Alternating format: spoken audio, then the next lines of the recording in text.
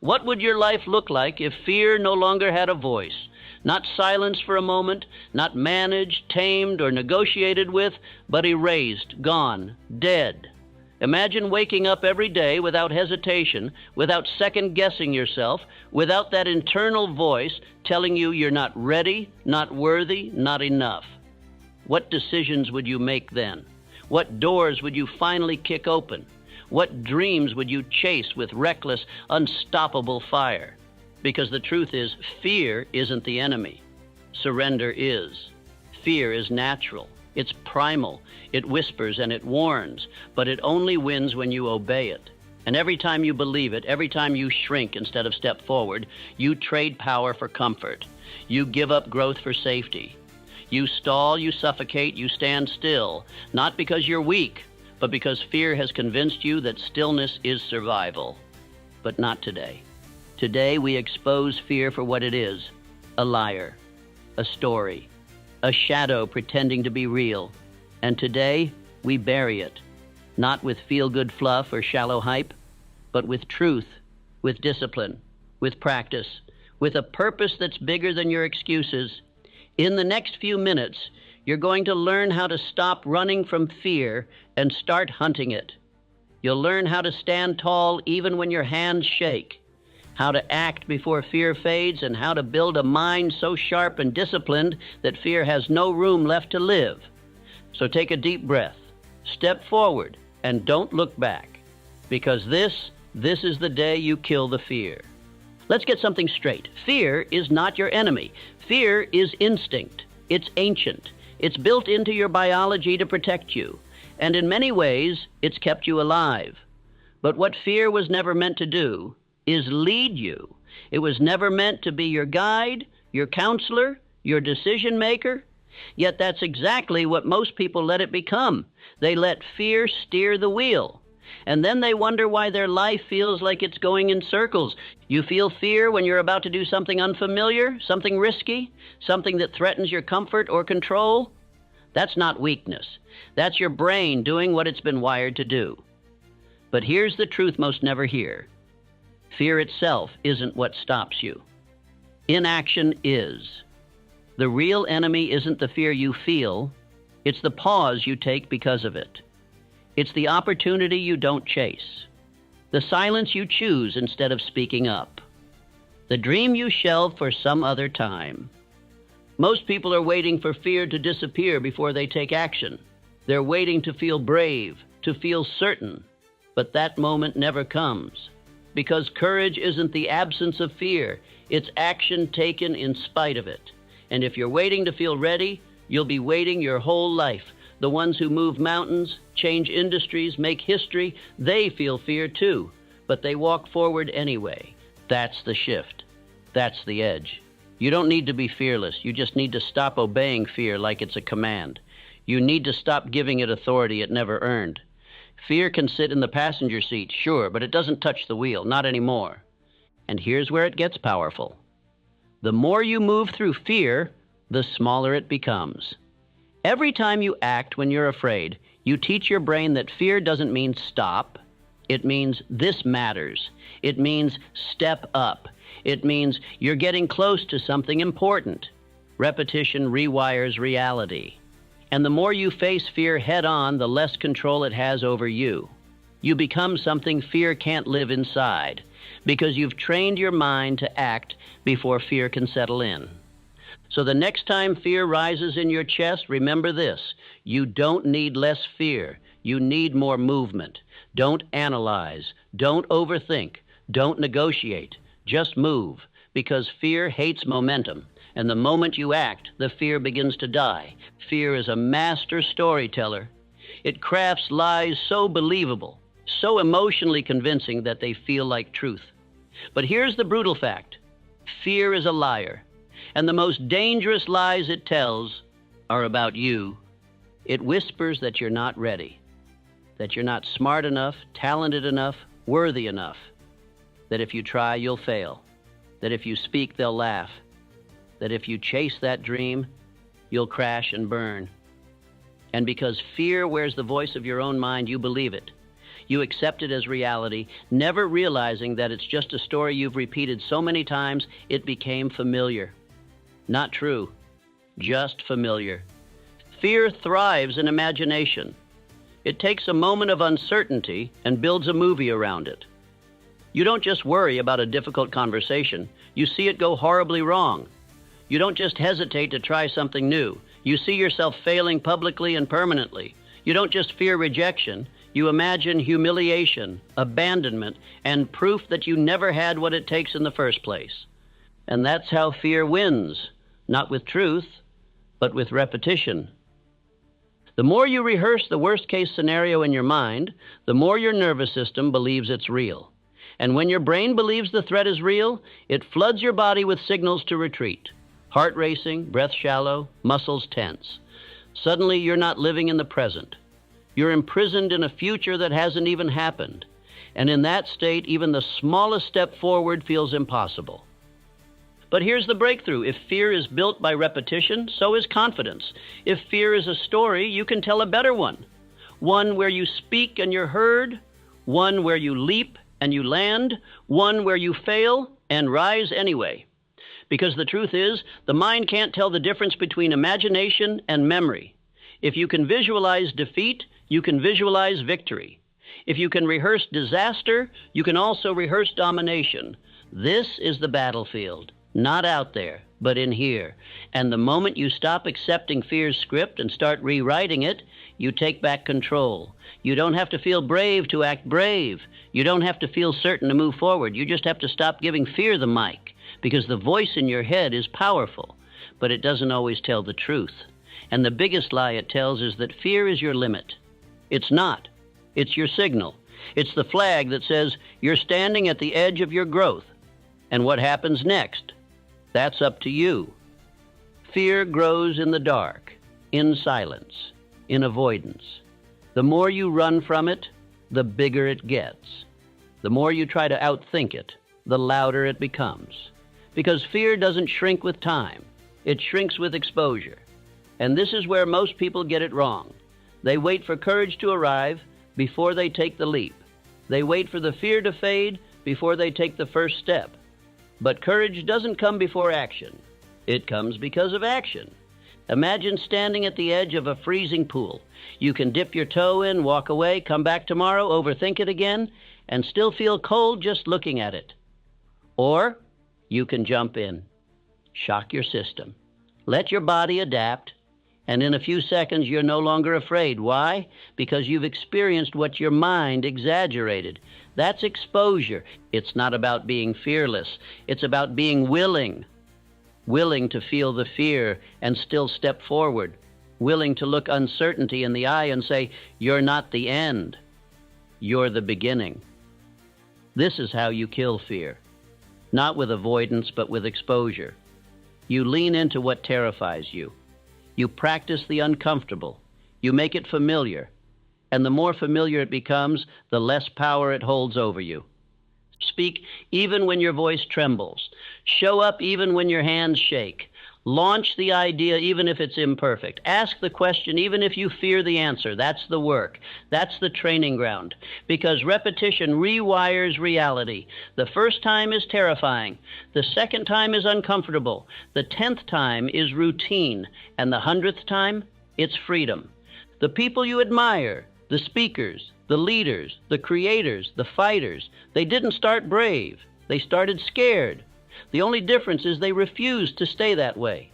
They built tolerance to discomfort. They didn't run from the storm. They stepped into it again and again until the thunder couldn't shake them anymore. The truth is, the fear never fully leaves. But you stop flinching when it speaks. You stop shrinking when it rises. Because you've faced it enough times to know it's just a sound. It's just a signal. And it doesn't have the final word. You do. The only way out is through. Through the trembling, through the failure, through the doubt. You walk straight into the storm, not because you're unafraid, but because you know the other side of fear holds the life you haven't lived yet. And that's a price worth paying. If you want to kill fear, you must go to its source, your mind. Because fear doesn't start in the world. It starts in your thoughts, in the silent, invisible stories you repeat to yourself, stories of inadequacy, of danger, of what might go wrong, stories that play on a loop, shaping your reality without you even realizing it. And here's the truth. If you don't train your thoughts, they will train you. Left unchecked, the mind becomes a battlefield where fear always wins. But you're not here to be ruled by fear. You're here to reclaim your mind, to take back the pen and write a new script. And it begins with this simple but powerful realization. You are not your thoughts. You are the observer of your thoughts. You are the architect, the programmer, the one who chooses what gets to stay. So when fear whispers, you're not ready, you don't just accept it. You question it. You respond, says who? When it says you'll fail, you reply, maybe. But I'll learn. You flip the script. You disrupt the pattern. Because every thought is a seed, and what you water grows. If you water fear, you'll harvest hesitation.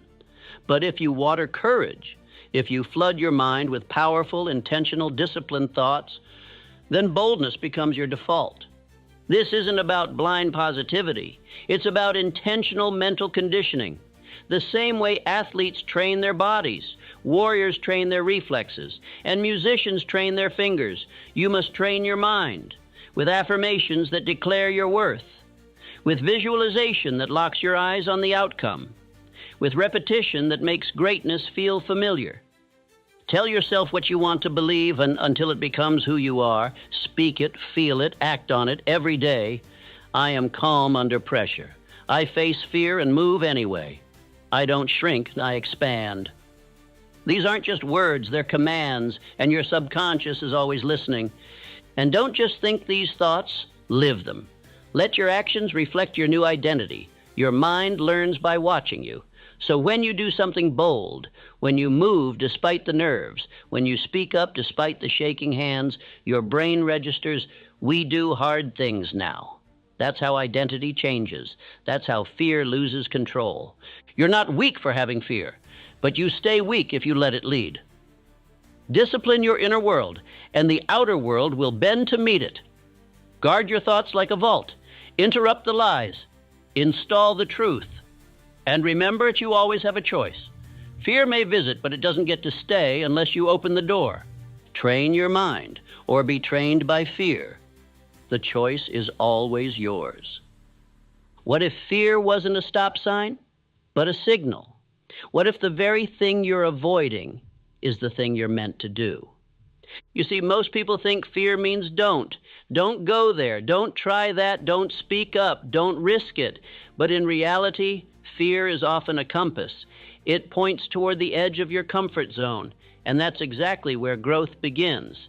That fire you feel in your chest, that trembling in your hands, that's not weakness. That's life, reminding you that you're standing on the edge of something important. That's your spirit recognizing a moment of truth, because the things that scare you the most are usually the things that will grow you the most. Public speaking, launching the business, ending the toxic relationship, stepping into your purpose. These aren't dangers, they're doorways, and the key to unlocking them is action, not perfection, not certainty, just movement. One step forward, straight into the thing that terrifies you. Courage is not the absence of fear, it is the decision to move in its presence. So when fear shows up, don't shrink. Lean in. Lean toward the fire. Let it sharpen you. Let it burn away your excuses. Let it become fuel. That resistance you feel, it means you're getting close to something real, close to your calling, close to your next level. And let me tell you something most people won't. The fear never fully disappears. Not for the brave, not for the successful, not for the legends. The fear is still there. But they've made peace with it. They've learned to walk with it, to keep going, even while shaking. That's what makes them fearless. Not that they feel nothing, but that they refuse to be owned by it. So the next time fear shows up, say, thank you, I see you, but I'm not stopping. And then take that step, make the call, hit publish, say yes, say no, say the thing that scares you. The moment you lean toward the fire, then the fear begins to fade, and what's left is freedom. Here's the truth nobody wants to hear. You will not become fearless by waiting to feel brave. You don't kill fear with feelings. You kill fear with discipline. Motivation comes and goes. It's a spark, quick, loud, exciting, but short-lived. Discipline, on the other hand, is the steady flame. It's the engine behind every fearless life. Because when you train yourself to act, not when you feel like it, but when it needs to be done, you become dangerous. You become untouchable. Courage isn't a lightning bolt. It's a decision. A daily decision to show up, to do the hard things, to lean into the discomfort again and again, even when your mind screams for safety, especially then. This is what the greats understand. They don't wait for confidence. They act, and confidence catches up. They don't wait for the fear to vanish. They do the thing anyway, and fear learns it has no place there. Discipline silences fear because it removes the negotiation. There's no debate, no should I or shouldn't I. It's already been decided. The alarm rings, you rise, the task is hard, you do it anyway. The voice of doubt whispers, you walk forward in spite of it. That's discipline, and that's how the fearless are made. You see, the more you act in the presence of fear, the more you rewire your mind. You condition it to understand fear is not danger, it's data. And data doesn't control you, it informs you.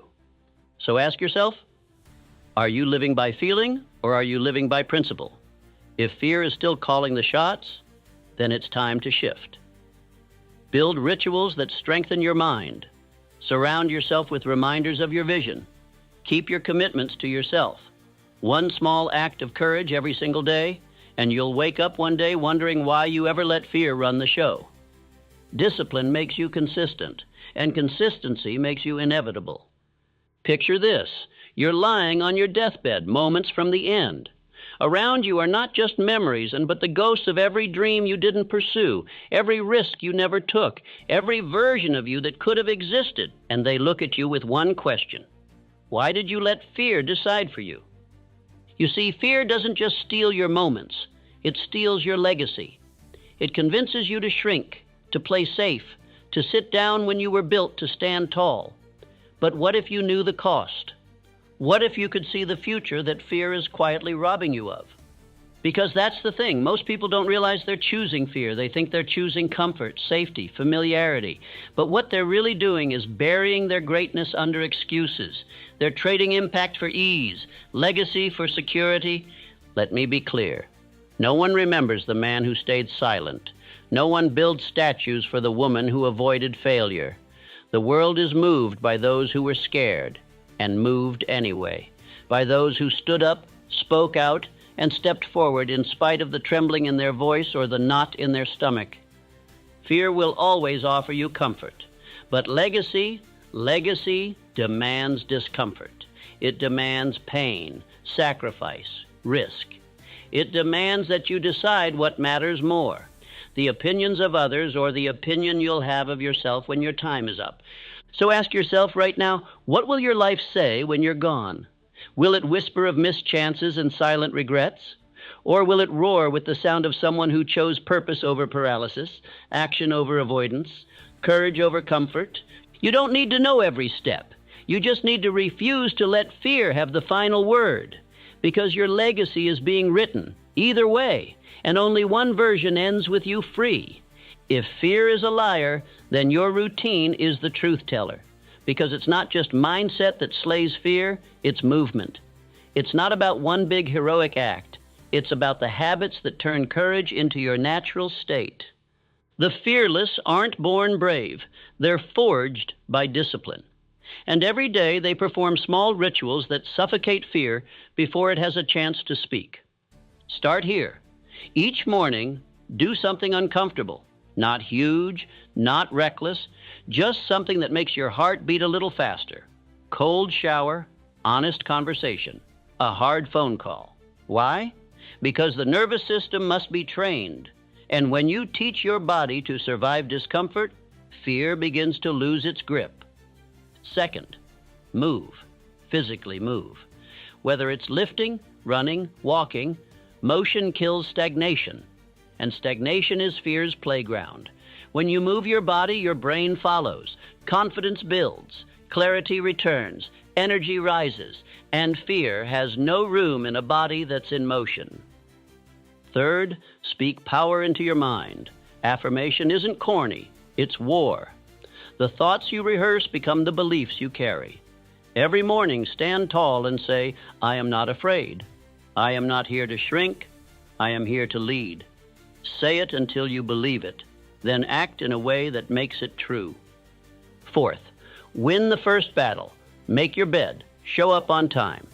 Finish the task you don't want to, because when you start your day with a win, fear loses a piece of its power. And when you stack those wins, you build momentum. And momentum is what makes the impossible feel inevitable. Lastly, reflect. Each night, ask yourself, where did fear whisper today, and where did I push back? This is how you refine. This is how you get sharper. You become unshakable, not by avoiding fear, but by facing it again and again and until it breaks before you do. The fearless life is not an accident. It is crafted with intention, with repetition, with ruthless self-respect. If you want to kill fear, don't wait to feel brave. Train it, build it, practice it, one bold action at a time. Today, we don't just talk about fear, we lay it to rest. Because the truth is, fear dies when you stop feeding it, when you stop bowing to it, when you realize it has no real authority, only the power you've given it. And from this moment on, you take that power back. No more waiting, no more hesitation, no more shrinking to fit the comfort of others or the lies of your past. You were not born to live small. You were not designed to tiptoe through life avoiding danger. You were built to walk through fire and come out forged. So this is the moment. Not tomorrow, not when you feel ready. Now you bury the fear. You silence the doubt. You take the first step, and then another, until you no longer remember what it felt like to be ruled by hesitation. And when fear shows its face again, as it always will, you will smile. Because now you know its game. You've studied it, outlasted it. You've trained your mind and body to walk forward anyway. Fear doesn't get a vote in your future anymore. Only your vision does, only your mission does. And so stand up, straighten your spine, and look fear in the face one last time. Say thank you for the lessons, for the growth, for the clarity. And then say goodbye, because you're done letting fear decide who you get to be. This is your time now. You are fearless because you chose to be. But this is only the beginning. In the next chapter, we will go deeper into how to build unshakable confidence, not in theory, but in daily action. You've slain the fear. Now it's time to build the warrior. So subscribe now, because fear may be behind you, but your future, it's just getting started. Your other self, the one who never hesitates, never retreats, is waiting.